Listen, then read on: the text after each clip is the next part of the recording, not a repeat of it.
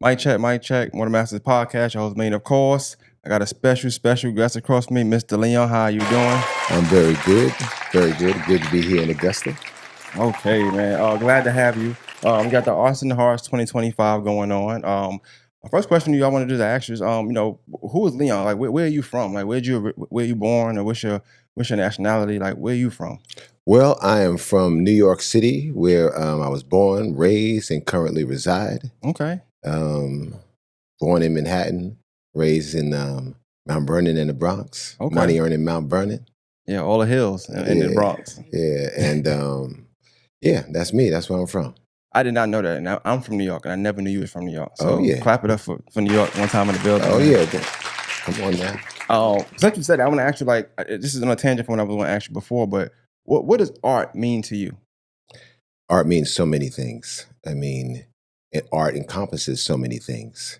Whether we're talking about a man or a woman holding a brush on a canvas, or whether it's a director or a writer creating a piece that's visual for the rest of the world to see, or a writer with his pen writing a story that we all, can appreciate, whether it's a book, whether it's a television show or a movie or a short story, or it's a statue outside that was carved in the image of someone like legendary James Brown. Good choice. Good choice. Obviously, you know your history, so definitely good choice on there. Just going back to where you're from, 'cause I try to get people's story, just kind of like to formulate how they got to where they are. So you growing up and being from New York, how did you get into just the singing aspect of things? Not even just the acting, where a lot of us know you from, but just singing. How did you get into that? When did you feel like you can sing? Well, so much of my story originates with a round ball called a basketball. I grew up as an everything basketball player in New York City and had, many scholarship offers. And for some reason, I wanted to go to California. I'd never been to California, so I only considered schools in California. And I went to Loyola Marymount University. Wow. And when I was there, singing was something that I always loved to do. And so I wrote and performed a song for the Special Olympics while I was at Loyola Marymount. And at Loyola Marymount also is where someone discovered me and asked me to be in their student film, which changed my life around because I became a drama major after that. This is news to me. So just so I'm clear, this Leon we all know, like, this was in college where you got discovered for singing and just the art side of things. Yeah. A graduate film student chased me down campus to be in his movie. And I was like, well, why don't you get someone in the theater arts department? I'm sure they would love to be in your movie. And he was like, I've been watching you. I've been observing you. There's something about you that you have that I know one day you're going to be in the movies. I want to be the first one to do it. So he was. Wow. Okay. Well, I'm a sports fanatic, so just on the sports side, getting into things like, and it's not to say too much on that, but so above the rim is real. Like, you really play basketball. Oh, Like, yeah. You didn't have to learn. Above the rim, I often say, and I don't say this because I was in it. I think it's, the best basketball movie because all the guys in the movie were real players and also real actors. You've had movies where you've had, pro athletes in there, but they weren't actors. Right. What I'm saying? But this movie was a combination of people. Dwayne, was one of the last guys cut from the Knicks. All the street ball players were the active street ball players up at the Rucker. Myself as a kid, I averaged 30 at the Rucker. Oh, wow. So everyone there was like really a ball player but also really an actor, or I would say in the proper sense, a thespian. So it's a lot of people that know you or that know you act now, obviously, and they probably shocked, like, we thought you were going to play basketball, be in the NBA, but you ended up acting and singing. Yeah, as far as the professional basketball is concerned, it was never an aspiration of mine because I just feel as though to be a professional athlete, you need to be singly focused on that. That is the highest level it can be. Very few people ever make it, and that needs to be your only focus. I wasn't that way. I mean, I was always into all types of, the arts, theater, fashion. I just happened to be a very good basketball player. So that's all. So I never thought that my focus would be singular enough to ever pursue that. What about just your family background? I don't want to skip past that. I know we said in your which like you got siblings, oldest, youngest. What's that? Yeah, I have an older sister who actually lives in Tennessee right now, Okay. and it's actually her production in high school of a rock and roll revival, which got me interested in being on stage. I was much younger than her and went to a grammar school, actually a parochial grammar school, and so I convinced the nuns after seeing that, can we do this for our variety show? And it went over as a big success, and we actually had to do it another night, and um, and it was great. But I went to an all boys prep academy, so they didn't have a drama department. They do now, but they didn't at the time. So I just excelled in athletics. So just in that time with them not having that kind of program, like did how'd you hone your skills like at all? Like trying to with the acting, with the singing. Well, I didn't, other than singing in the house with my dad, who was, singing all the time. Nat King Cole was his, favorite singer. Right, right. And, I just, I grew up, singing Motown music. And then until I was 13 years old, and my friend, you know, music was playing outside of his window. And it was Bob Marley. It was a Naughty Dread album.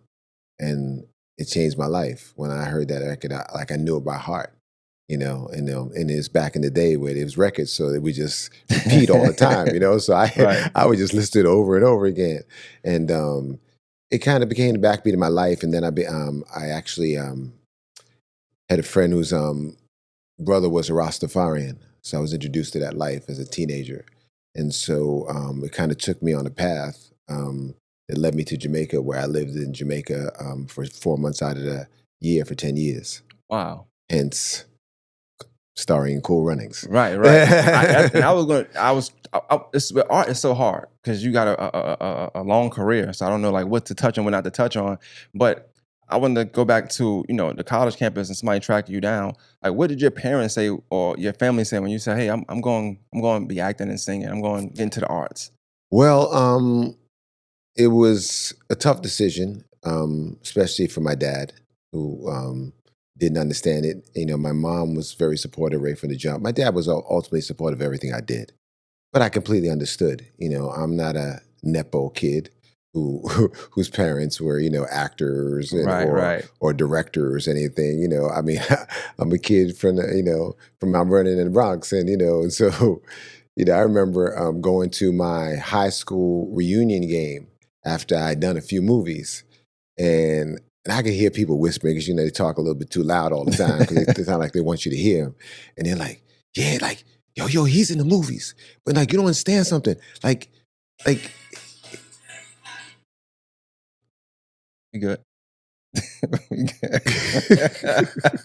You good? We good. Okay.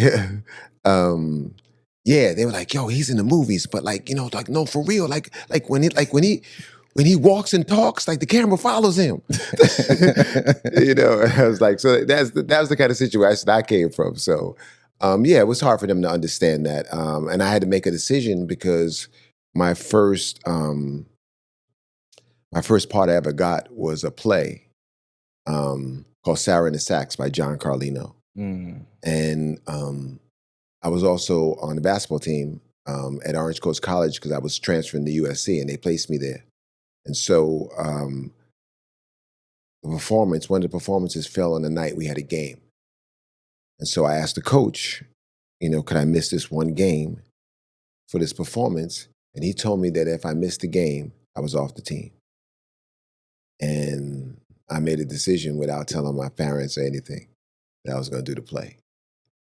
Just one question: were you on the team or off the team after that decision? I was off the team. Wow. Yeah. I mean, later on, when I was inducted into the school's Hall of Fame, the coach came up to me and apologized to me and said that he had never met an athlete like me, and Mm. he didn't really know how to react. Because I'm at the foul line singing Sam Cooke songs. I'm like, but yet I was leading the team in 11 out of 19 categories, including scoring and assists. So, but he just it was just different for him. He didn't understand it, and Right. so and it's great. It's fine because I thought that one day I'd play a basketball player and everything would be cool. Yeah, yeah. When you was in a play, were you singing and acting or just only No, acting? just serious acting. Wow. Yeah, Okay. yeah. You know, it's the irony of talking to you right now is like I'm sitting here getting myself together and thinking how to ask you. You know, well, I'm assuming you sung when you were younger and then you started acting, but none of that was true. You played basketball and you just Yeah. happened to be a good singer that can also act, and you had a talent in art. Yeah, I was always interested in art, though. I was always, Wow. it was something that fascinated me. Something that I was a lover of the movies. Um, yeah, I mean, actually, one of the things that changed my whole life probably was I used to sneak into the movie theaters and I saw an Elvis Presley movie, and I was like, okay, this dude is acting, he's singing, he's kissing a pretty girl. I'm like, there's only one thing missing in this scenario was a brother that could do this, and I'm like, I could be him. I like that. Okay. So just moving forward from the play. So what happens after that? Like, how do you get whether it's your first acting gig or just talk about that time from the play and decision you made in that play up until your first like. Well, what happened is while I was at college and doing that play, I met an acting coach who just recently passed away. God rest his soul, Sal God Romeo, bless. God bless. from Friends and Lovers Theaters, and he was my personal acting coach throughout a lot of my career. And it was through him that I just really started studying acting when I was in California. And then I went back to New York and studied at HB Studios and American Academy of Dramatic Arts, where we had a full curriculum where I would do scene study. And then, in the afternoon, we would do dance, which would be jazz and ballet, and then vocal work. And so I was just basically indoctrinating myself into show business to see what is it that I had a talent that could actually resonate. Wow. So that's a lot of work too. It's a lot of rigorous work. It's almost like you're practicing every day. I guess similar to sports. You go to practice every day. You do your own one-on-one workouts. Similar to school. You go to school every day. Yeah. I that was my school. You know, That's wow. Okay. And then Instead of opening up books, I was opening up my body and my talent. That's all. That's the only difference. But speaking of like in real time, do you see the progression at that time point, like when as you acting and you're curating these new things you're doing with your voice and your vocal cords? Are you and seeing the improvements at all, like in real time, or you kind of look back now and see like why that mattered? Oh yeah, of course. I mean, I see tremendous growth. Thank God. Yeah, I mean, I was young. I was just learning to do what I was doing, and being able to apply it in the field in which I didn't even know anything about. I mean, I'm a young kid. I had never been on a movie set. Right, right. I'd never been on a major stage or anything like that. I was just working on, getting to the point where maybe I could do that. Did it take? And this is just a question I'm asking because I'm listening to you talk. Did it take any kind of popularity or like notoriety for your dad to come around with the acting, or he just kind of came around with it beforehand, before you kind of blew up? Well, he was supportive. I mean, just imagine that your son has a full scholarship Hmm. to a major university, and he gives that up for acting. You're like, are Right. you kidding me? Like, what is that? But after my first couple of movies, that I did with Matt Dillon and Tom Cruise, and he came to the premieres. He saw it and was extremely proud and realized that I was on my path. It was my own path, not one that was designed for me. You mentioned singing a lot of Motown. Obviously your dad played a lot of the music. How happy were you, or was he when you got the role as David Ruffin from the Temptations? Yeah, I mean, he's tremendously proud, but by then he'd already seen the Five Heartbeats. That's my Right, favorite of all right, time. right. I was trying to. So I was yeah, going to creep yeah. into that, So but yeah, so I mean, he could see the impact that I could have on screen, and he was very proud. It's definitely an area that's completely out of his realm, right. but he appreciated it, and he loved it. And just so for the audience that's watching, like we got above the rim. That's your talent. You can actually play basketball. That's not acting. So we did that. But you can Well, actually no, no, sing. no, no, no. I didn't just play basketball in the movie. Well, no, I'm just talking about the basketball scene. That's all I'm Yeah, saying. yeah, The yeah, scene of yeah, playing yeah. The basketball is basketball not scene, it's yeah, not yeah, faked definitely. out. Right, You can right, really right. Yeah, play. it had to, No, you but acted for real. Yeah, yeah, you definitely did. yeah. Definitely did.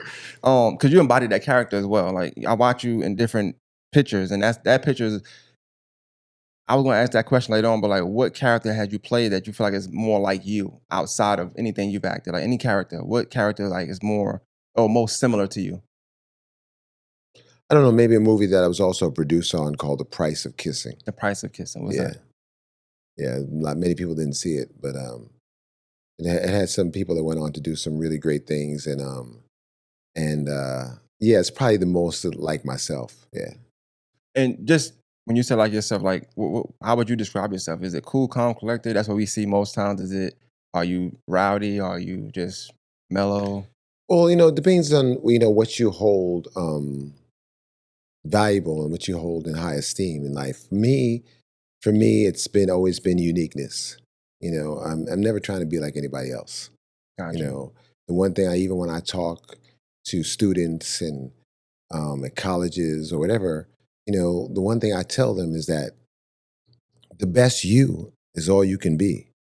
But if you're the best you, then that's all you can be. And so I know for a fact that you or anyone may think that someone can act, sing, talk, walk, do anything better than me. But there's one thing they can't be better than me. They can't be a better Leon than me. Hmm. You I know, like that. and that's the one thing I lean on. I lean on the uniqueness of who I am because that's the one thing I can offer to the world that no one else can. Oh, I want to kind of bring it home with some music. So I know you're performing Leon and the Peoples. Uh, what would you describe the I'm gonna say band? I don't know if you can call it a band or a group. I Very don't much a know. band. Band. Okay. Yeah. Um, how would you describe y'all on stage performance? What would you call it?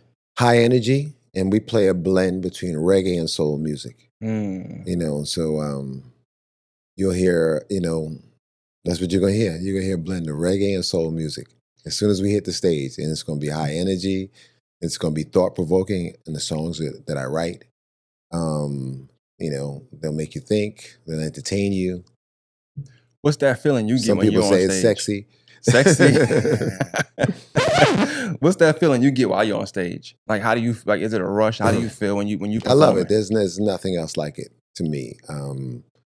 When you are not just a singer, but you're a songwriter, to see people react to music that you wrote, Mm, for me to sing songs to people and have them by the third chorus singing the chorus back to me to a song that I wrote that they never heard before. I mean, there's no greater feeling than that, you know. And there's no greater feeling than pulling up to a red light and I'm thinking my radio's on. It's not. It's my song coming out of that's someone's nice. car. That's You know what I'm nice. saying? Like, yeah, like it's just a great feeling. I like that. I like that. And then with your band members, how do y'all all form together? Like how'd you pick them? How'd that come about? They pick you. They find you. How did that work? It's a combination of years. My current band, I'm really proud of. Some very talented musicians and singers that have just come together. Some have been with me for a long time. Hmm. Some have been with me for just a few years, and they're just really good artists that really know the music and have put their stamp on the music, to where been able to create a sound. It's always important to me to have your own sound. People should listen to a song or whatever and go like, that sounds like Leon and the Peoples," even if it ain't. They Right, right. that's in their head, the type of music that's being played, and so yeah, basically that's what happened. I formed a band called the Peoples because I wanted to do original music. I like that. And then and then I had to pull a David Ruffin on him and call him Leon and the Peoples. Because we got, we got more shows that way. Well, I definitely enjoy talking to you. I have one question. I asked somebody. I said, "Do you have a question for Leon?" They want to know: do you feel, with your career and just arts and all, acting, singing, dancing, whatever it could be, do you feel like you get your just due that you deserve? It depends on who you're talking to. My whole career has been geared towards people. That's my Mhm. band's called the Peoples, you Right. know. And if you ask me if I get my just due from people that I perform from, I say hell yes. When I walk around, even in neighborhoods and hoods, they call me the People's Champ. I You like know what I'm that. saying? When you go to beauty parlors and stuff like that, watch whose movies they playing on there. You know what I'm saying? So, so for me, from regular people who see my movies, I've always felt like they've given it up to me and Right. they've given it to me. As far as Hollywood's concerned and the general media, well, you have to realize I don't play the game. Like Mm. I'm not a Hollywood kid. I don't make friends with people because they're famous. You know, if you see a friend of mine who's famous, it's organic.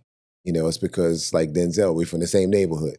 You know what I'm saying? Wow. You know, it's like it's that. It's, you know, it's not. I'm not trying to be in the mix. You know, and so therefore, you know, of course, I could probably have done more of that and would take me, but I don't know if I would be uniquely happy as I am. I like that. That's a great answer too. So I wanna close. I wanna first clap it up for you, man. Great interview, great answers. Just smooth guy, you know. So, but I want to say this, just because I feel like if I don't say it, I'm gonna get a lot of flack for. But you know, she asked that question about the just do. I will say, you know, I don't know what Augusta means to you, but I can speak for maybe a small population of Augusta. I had an aunt that's from here, right? And we from New York, but we came back down. And when I came down for the summer one time, I had never seen the Temptations. I always watched the Heartbeats. I knew you from the Heartbeats. I knew you was JT. Not gonna lie, I was a kid. She's passed now, but she played the Temptations every I mean, yes, the Temptations every night before she went to sleep. I'm talking about every night. Hospital, they would bring that portable DV every night. She played the Temptations. And that summer, like we just sung Temptations like all summer. I knew the group, but I didn't know the group. And so when I think about Art, and yeah, you Leon, but Art also have you as JT. Art has you as David Ruffin, and I just feel like it's a large part of just the black community that I know, or just communities in general, that you just transcend art in that form just when you embody a character, when you sing a song. Like I might never know the real Temptations version of some things. I just know the version that y'all did. I know the Mhm. version that y'all sung. I know the moves that you did as David Ruffin. Like I see David Ruffin the real one. I'm like, okay, you know, but I'm visualizing you as that. And so coming up, it was a big deal to us. Like so when I told my sister, I said, yeah, I'm about to interview Leon, she just was like, no, you lying. I said, I'm super serious. I'm super serious. I'm about to interview him. And it's the big deal to me. So I grew up, you know, reenacting everything y'all was doing on both, but more so for Heartbeats. But when I got to Temptation, I would do that as well. So when I see you on screen, like it's surreal because you see you on screen, like whether it's anything like reality TV and all that stuff. But when I see you on the actual film, like every time I've seen you, just embody that character. Like it's people that's gonna call you a different names just because the character you played it so well. They don't call you your real name. Yeah, no, that's been that way my entire career, and people have asked me about that, you know, and I said that's what I prefer. I want people to know me from the characters I play. They don't need to know me in my personal life. I like that. You know what I'm saying? You know, that's what I want them, and if that character resonates so much with them that they actually think I'm that person, then I think I've done my job. I like that. Well, you've done your job more times than enough. So, cause I don't think it's a movie, especially the big ones we love that we don't think of just Leon. We think you embody that character like so much. When I first seen that Ruffin, I was like, okay, you just did it so well to me. Well, thank you. I appreciate And then above the rim, I'm from New York, so I grew up watching that. You doing stuff about the basketball, like that's a thing now. I mean, that's always been a thing, but it's almost like your thing, even though it's always been a thing. I feel like people do it to reenact the movie, if that makes sense. And when I was at that's the last thing I'm gonna say. When I was at a clash at a reunion game, we had a guy who was playing security.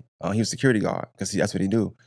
But he's a big time player from back in the day. He went and changed clothes, came out, dropped like 30 and changed his clothes back, and they kept calling him you the whole night. They're calling So him Shep, huh? oh, the whole night. They was like, Shep, you hear that? He feel like he owed me to be just saying stuff in the movie. So I thought it was a good thing. And like you weren't even there, but you was there, if that makes sense. So art put you in rooms that you're not even in. You could have been way across the country for all we know, but in that moment of time, you was in that room with us. No, you know the thing is that I'm always flattered. I'm flattered when anyone tries to, you know, they say imitation is the greatest form of flattery. So when people try to imitate me or, dress up as me or whatever. It's really funny. I'm gonna tell you a funny story though. I'm in New Orleans and walking with some friends of mine, dressed basically where I am now, just me, and just walking down the street and it's Halloween. So New Orleans is crazy and we're Right. watching all this madness go on and stuff like that. And I hear these bunch of young people talking and they go like this, oh, check him out. Yo, he's dressed as Leon. Yo, he dressed as Leon. Yo, check him out. Right. And then the girl goes like this, y'all need to stop hating. He looks just like that nigga.